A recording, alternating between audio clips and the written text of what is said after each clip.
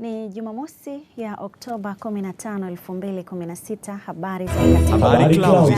Karibu katika Clouds Habari. Jina langu Mahija Zayumba.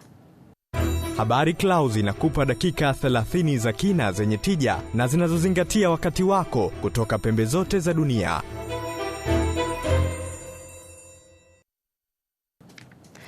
Tunaanza na habari Tanzania.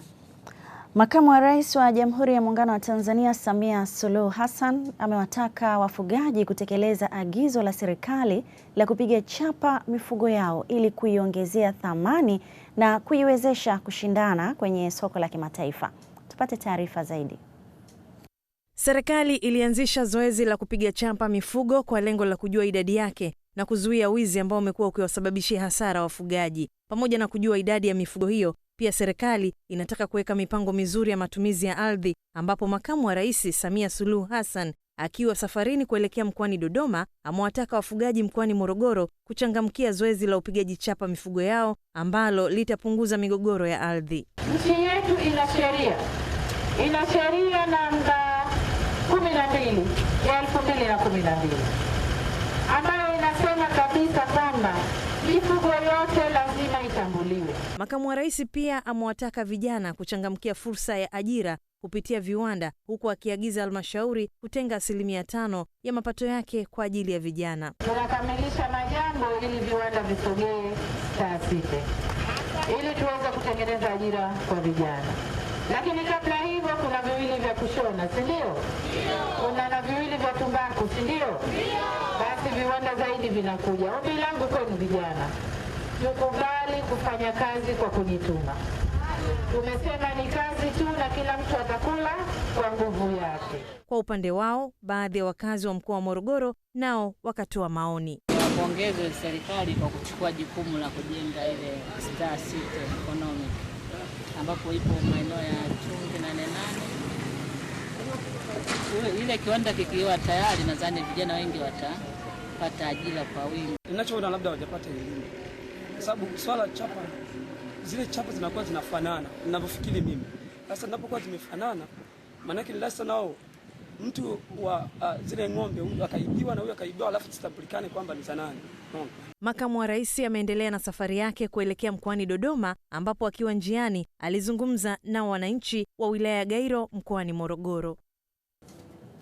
Baada ya kutoka mkoa wa Morogoro, na sasa tusalie hapa jijini Dar es Salaam, ambapo chama cha NCCR Mageuzi kimeeleza kuunga mkono hatua ya serikali kufanya uhakiki wa vyeti kwa wafanyakazi wake na kutaka zoezi hilo liwaguse pia na vigogo. Rahel Chizoza ametuandalia taarifa ambayo inasomwa na Joyce Shebe. Viongozi wa chama cha NCCR Mageuzi wamekutana jijini Dar es Salaam kwa mkutano mkuu wa dharura.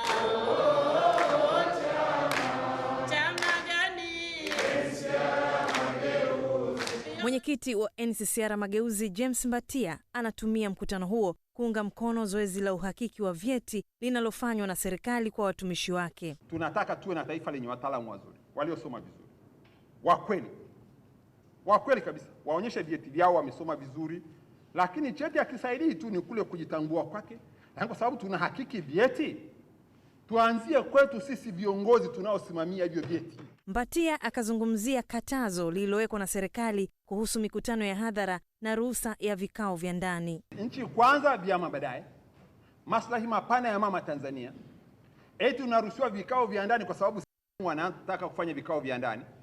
Hivi haya mambo ya kuruhusiwana vikao, hata mikutano ya hadhara tutaifanya, tuwapende wasipende. Kuhusiana na tetemeko la ardhi lililotokea huko mkoani Kagera, mwenyekiti Mbatia amesema chama chake kitashirikiana na serikali kuwarejesha wananchi katika hali ya maisha ya kawaida. Tunaitaka serikali ianzishe mara moja mamlaka ya kupambana, ya kujikinga na kupambana na maafa Tanzania. Mwenyekiti huyo amesema ni wajibu wa kila Mtanzania kutimiza wajibu wake na kujituma kwa nafasi aliyopo. Tuelekee mkoani Mtwara sasa, huko balozi wa Kenya nchini Tanzania Cherau Ali Mwakweru, yeye amewataka wawekezaji kuwekeza katika ujenzi wa viwanda vya kubangua zao la korosho nchini ili kukuza soko la zao hilo nchini Kenya. Taarifa ya Juma Mohamed kutoka Mtwara inasomwa na Gwelugwano Mwakalobo. Akizungumza mkoani Mtwara katika ziara yake ya kuangalia fursa za uwekezaji, amesema Kenya kwa sasa inalazimika kununua korosho kutoka nchini India kwa sababu Tanzania kuna viwanda vichache, hali ambayo inapelekea kusafirisha korosho ghafi nje ya nchi. Na hakika wawekezaji wa mali wengi watajitolea kufanya kuweka viwanda hapa vya kutayarisha korosho kwa masoko kama ya Kenya.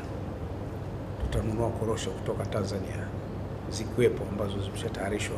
Wafanya biashara kutoka Kenya kuanza sasa kujenga mahusiano ya kibiashara baina ya nchi hizi mbili. Makamu mwenyekiti wa bodi ya korosho Tanzania CBT Mudhiri amesema hali ya soko la zao hilo nje ya nchi inaridhisha kutokana na kuwa na mahitaji makubwa ya korosho ghafi kwa wabanguaji. Bei ya korosho ghafi nchini India wiki iliyoishia tarehe 2 mwezi wa 10 2016 ilifikia dola za Kimarekani 2.34 kwa kilo moja. Katika msimu huu jumla ya kampuni 66 zimechukua leseni za ununuzi wa zao hilo kutoka kampuni 54 kwa msimu uliopita, ambapo ni sawa na ongezeko la 22%, huku minada ya kwanza iliyofanyika jana mkoani humo wakulima wameuza korosho kwa bei ya 3670 kwa kilo moja. Tanzania na India zimeingia makubaliano ya kubadilishana utamaduni kupitia matamasha ili kuboresha uhusiano baina ya nchi hizo. Rahel Chizoza ametuandalia taarifa ambayo inasomwa na Jacqueline Kombe. Mataifa mengi hutambulika kwa utamaduni wao kama hawa.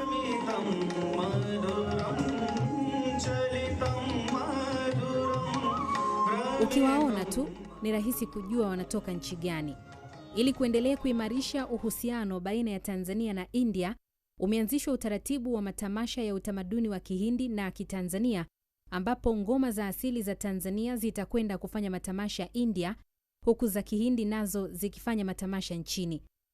Waziri wa Habari, Utamaduni, Sanaa na Michezo Nape Nnauye amesema kupitia utamaduni, tofauti na itikadi za watu mbalimbali huwekwa pembeni na kujenga taifa moja. Ni vizuri tukatumia tamaduni hizi kutuleta pamoja, kuunganisha nchi zetu, na kwa kupitia tamaduni hizo sasa tunaweza tukafanya mambo mengine ya uchumi, ya kijamii, ya kisiasa. Waziri Nape akabainisha kuwa ili kuonyesha thamani ya utamaduni wa Kitanzania, tayari Clouds Media Group kupitia matamasha ya Fiesta imekuwa ikifanya tamasha la Tamadunika. Mwaka huu kwenye lile tamasha la Fiesta, kila walikopita kuna kipengele kimepewa jina la Tamadunika. Zinachezwa ngoma za asili, wanacheza utamaduni wa asili, na mimi nimezunguka mikoani na inafanyika. Kwa upande wake, balozi wa India nchini Tanzania amesema utamaduni una nafasi kubwa ya kuimarisha uhusiano, huku mmoja wa washiriki wa tamasha hilo akizungumzia umuhimu wa utamaduni. Every relationship between any two countries requires not just the government to be involved, not just the business to be involved, but also the people. Tunapata kujua zaidi mambo ya nje, India nini, wao vitendo vyao wanavyofanya, kama hapa wanacheza dansi inaitwa Kathak. Baadaye nitakusomea maoni yako kuhusu taarifa hii ya kubadilishana utamaduni. Baada ya mkuu wa mkoa wa Dar es Salaam Paul Makonda na kipindi cha Afya Check cha Clouds TV kuendesha zoezi la upimaji afya bure jijini Dar es Salaam, taasisi ya PCMC imeitikia wito uliotolewa na mkuu wa mkoa huyo wa kuzitaka taasisi za afya kuwa na utamaduni wa kuendesha zoezi la upimaji afya bure. Gwalugwano Mwakalobo ametuandalia taarifa ifuatayo. Siku kadhaa zimepita tangu ofisi ya mkuu wa mkoa wa Dar es Salaam Paul Makonda kwa kushirikiana na kipindi cha Afya Check kinachorushwa na Clouds TV kuendesha zoezi la upimaji afya bure kwa wakazi wa jiji hilo. Mambo kadhaa yalibainika ambayo yanachangia kukwamisha watu wengi washindwe kupima afya zao. Moja ya vikwazo hivyo ni gharama kubwa za huduma za vipimo. Katika kuunga mkono wito wa mkuu wa mkoa wa Dar es Salaam aliotoa wakati wa zoezi hilo la kuwataka wadau wengine wa masuala ya afya kusaidia mchakato wa upimaji afya, hii leo taasisi ya Pico Zantans Medical Clinic PCMC imeendesha zoezi la upimaji afya bure maeneo ya Kimarasuka jijini Dar es Salaam. Kama kiongozi mkuu wa taasisi hiyo anavyoeleza. Tukaona kwamba kumbe kuna haja sana, na kama alivyotuomba mkuu wa mkoa wa Dar es Salaam kwamba wananchi tatizo lao kubwa ni kuweza kuwa na taasisi za wadau wa afya kama sisi ambao tunaweza tukahamasisha zoezi la upimaji wa afya liwe zoezi endelevu. Katika zoezi hilo yapo magonjwa yaliyopewa kipaumbele kwa vipimo. Huyu hapa daktari wa magonjwa ya ndani Patience Njenje. Walitualika ili tuje tupime vitu viwili tu, pressure au shinikizo la damu pamoja na uwiano wa urefu na uzito. Baadhi ya wakazi wa eneo hilo ambao wamejitokeza kupima afya zao wamelizungumzia zoezi hilo. Mimi ni kijana, nahitaji kujua afya yangu, nahitaji kufanya vitu vingi. Kwa ni lazima cha kwanza na cha muhimu nikajua afya yangu. Waje wajumuike na sisi wote kwa pamoja tujue afya zetu, ili mradi tuwe nguvu kazi katika Tanzania hii. Kwa miaka hivi karibuni, Watanzania wengi wamekuwa wakikabiliwa na magonjwa yasiyoambukiza kama vile kisukari, shinikizo la damu ambayo kwa kiasi kikubwa yamekuwa yakisababisha vifo kila uchao. Na tamasha la kusaka vipaji vya muziki wa Singeli linalofahamika kama Daa Mpya Nani Kapenya Nani Kanasa limetia nanga leo katika awamu yake ya kwanza kwenye viwanja vya Mbagala za KM